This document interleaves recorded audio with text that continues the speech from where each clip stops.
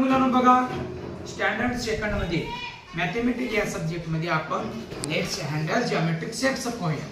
काय बघायचं? Geometric shapes, भौमितिक आकृत्या. ओके. हा, तर सर्वप्रथम आपण बघूया ही आकृती कशाची आहे रे? त्रिकोण. सांगा. या त्रिकोणाला किती बाजू आहे? बघा, 1 2 आणि 3. बाजू म्हणजे इंग्लिश मध्ये एज. याला आपण कडा पण म्हणू. काय म्हणू? तर किती एज आहे?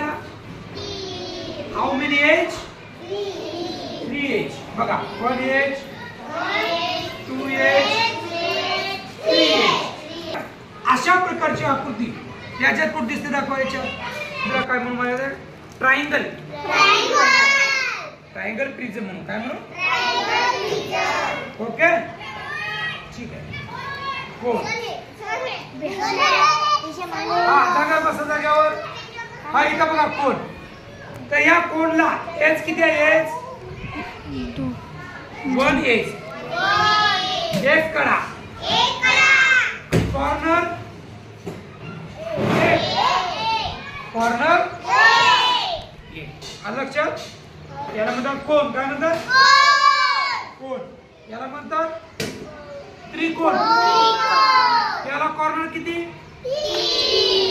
1 2 3.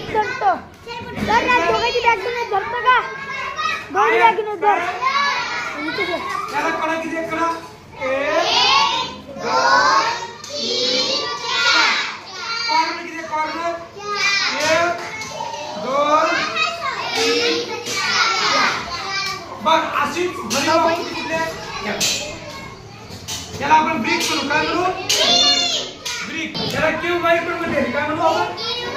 क्यूबाईड इंग्लिश मध्ये. आता याला किती बाजू आहे बघू. बघा, याला एज किती बघू? एज बाजू करा 1 2 3 4 5 6 7 8 9 10 11 12. 12 किती आहे? 12 एज. बरोबर आहे. आणि कॉर्नर 1 2 3 4 5 6 7 8 कॉर्नर. किती कॉर्नर? ठीक आहे. आता लक्षात आलं तुम्हाला? हा, तर आपण बघू. त्याला एकदा परत बोलूया. सिलेंडर म्हणा. ओके. कोण? क्यूबाइड. रेक्टँगल. ट्रायंगल. ओके, ठीक आहे. हा, त्रिकोणाकृती घन आहे. याला आपण ट्रायंगुलर प्रिझम म्हणूया. काय म्हणू? हे कसला आकृती आहे? आकृती. कुठली? याला कुठली आकृती म्हणतात? नाही, सांगा. याला म्हणू काय? याला किती कडा आहे? 1 कडा. याला किती कडा आहे? नाही, 0 कडा. 0 एज आणि 0 कॉर्नर. याला कोपरा पण नाही. चेंडूला कोपरा पण नाही आणि कडा पण नाही. हा, ओके. पुढे बघा समोर. बोललं का? हा, याला काय म्हणू? ही कंपास पेटी कोणासारखी दिसते? या रेक्टँगल सारखं. हा, याला काय म्हणू? क्यूब. मराठीत घन. आता ही कंपास पेटी कुठल्या आकाराची आहे? सांगायची कुठल्या आकाराची?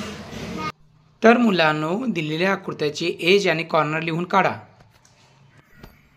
त्याचबरोबर भौमितिक आकृती आणि त्यासारखी दिसणाऱ्या वस्तू यांच्या जोड्या लावा.